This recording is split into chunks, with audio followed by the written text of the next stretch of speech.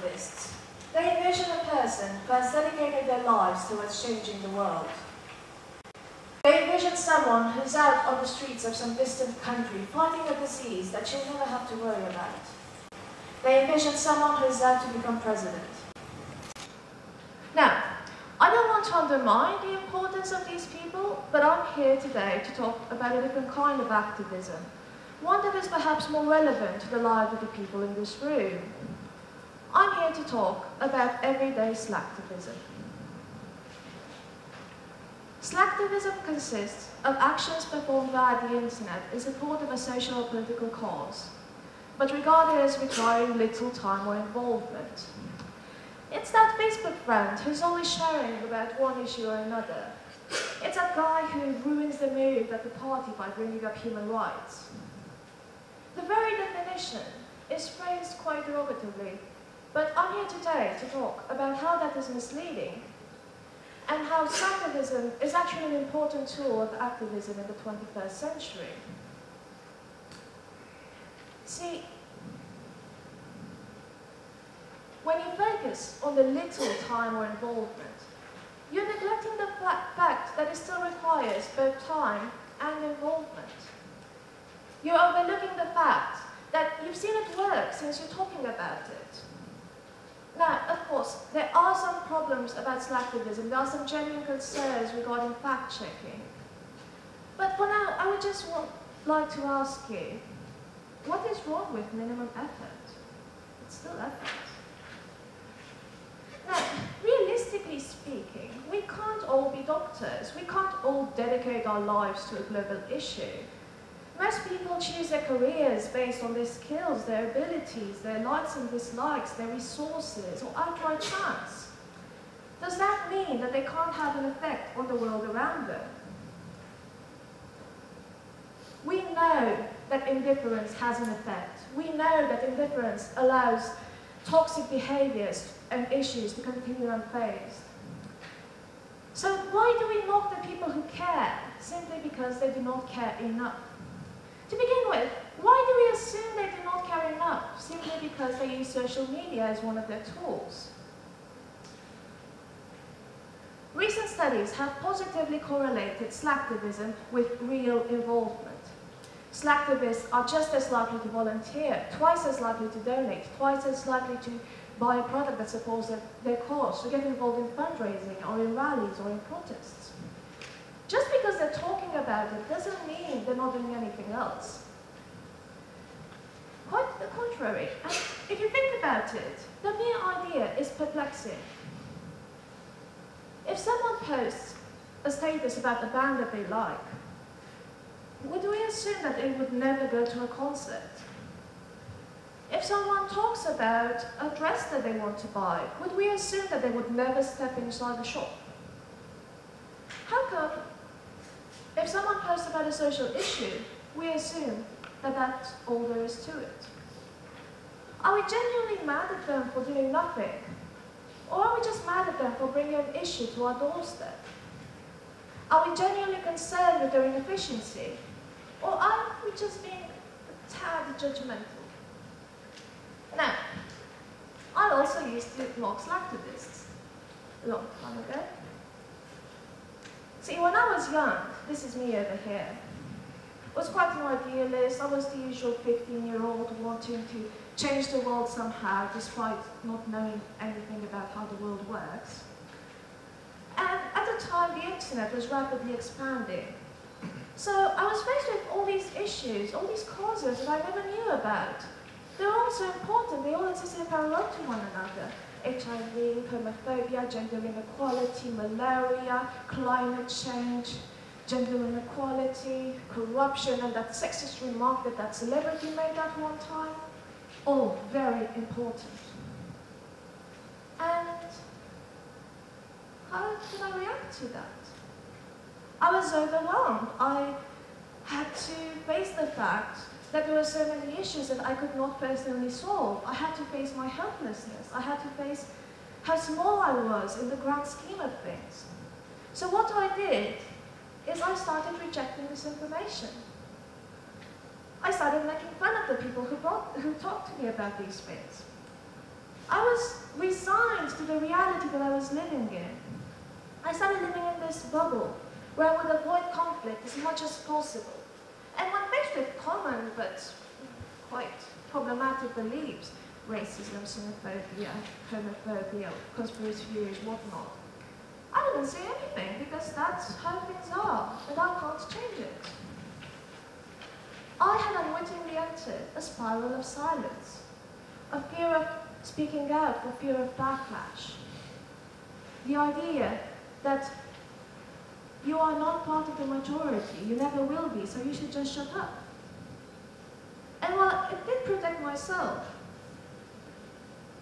I was unwittingly perpetuating these toxic behaviors by allowing them to continue. I was maintaining the status quo. Now, I got lucky because I came to grad school in Japan. And in Japan, I faced a new reality, new people, new environment. I learned that there were a million things in the world that I had not given any thought to. I learned that so many of my beliefs were superficial or outright untrue. And this was also terrifying, but it was amazing. Because I had learned that the first step towards change, the first step towards involvement is one that many cultures frown upon. It's one that society discourages.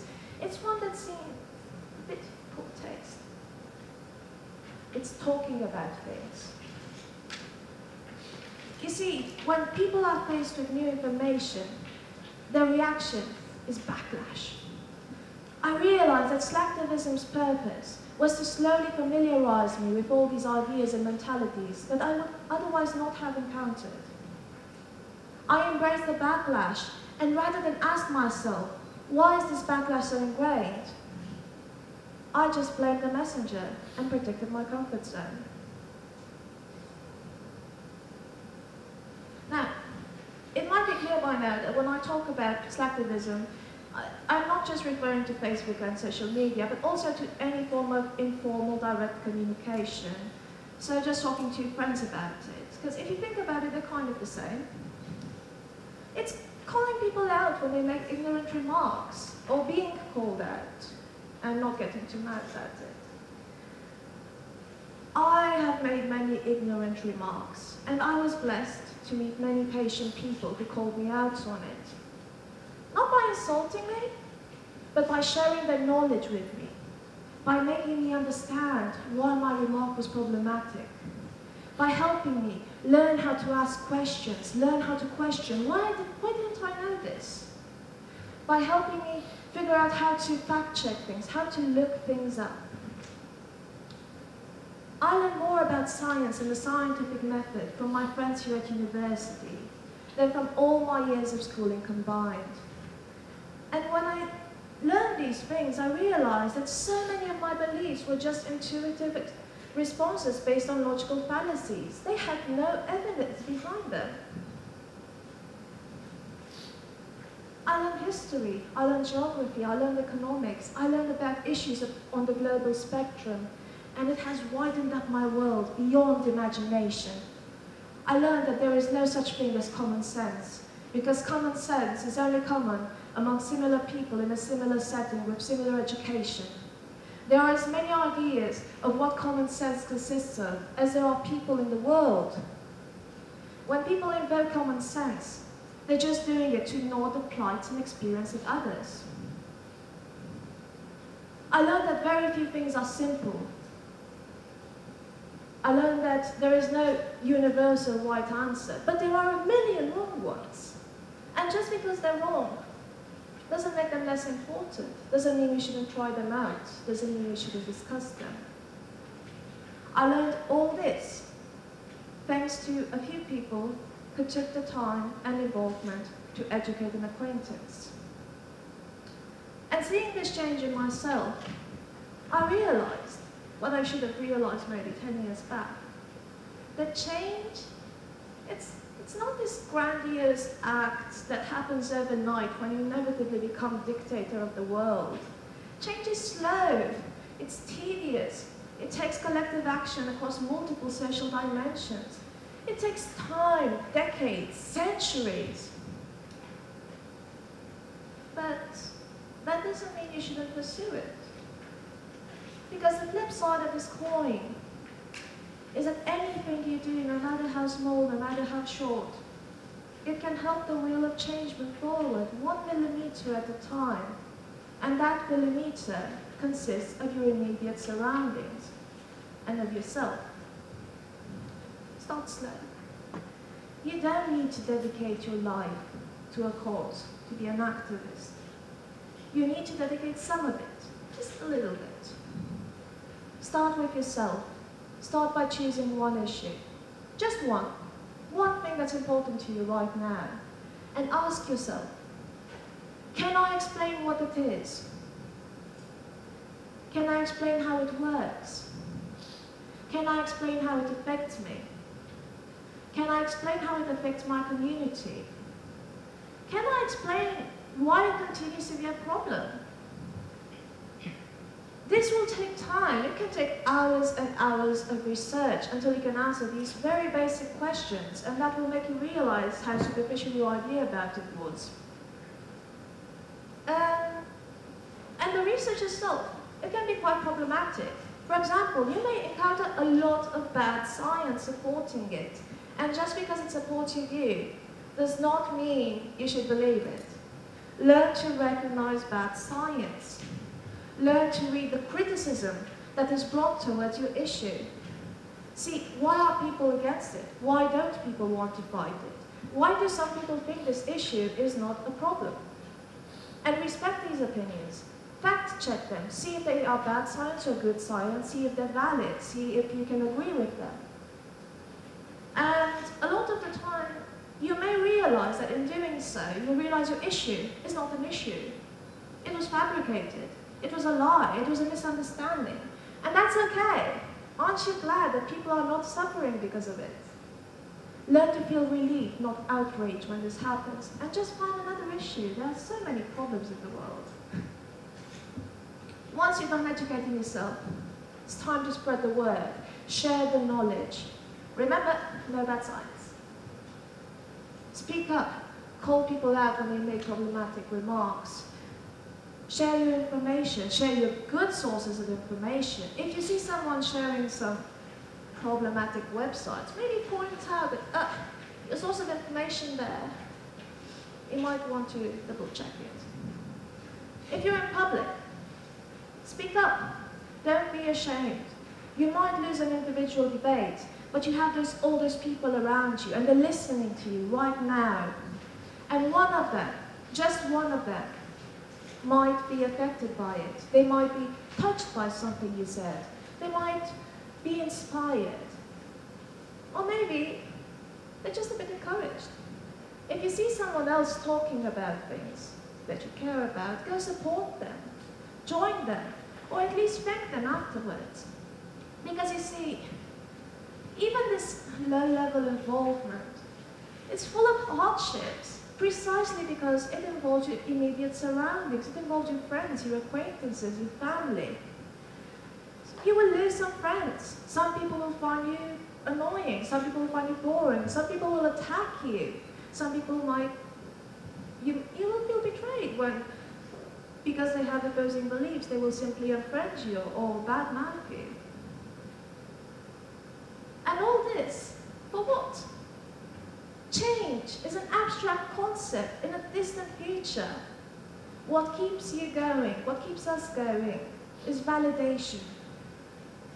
Because see, in a world that wants to avoid conflicting beliefs, you will stand out as a nail waiting to be hammered. But then there's that one person who backs you up, that one colleague who thanks you because they learned something from you in a class discussion, that one stranger on the internet who gives you a like because you said something that he wanted to say. Facebook likes do not change anything. I'm not arguing about that one, but what they do is help the messenger. It helps you know that there are other people who care. It helps you know that, hey, maybe this thing is worth fighting for. Hey, maybe I'm not alone. Yeah, you will lose some friends, but you will gain so much more. And the people who will stick by you they are the ones that you need to be surrounded by in order to keep growing and keep learning. Not because you don't argue or disagree, but because you learn from one another and you can grow together. And that makes all the difference.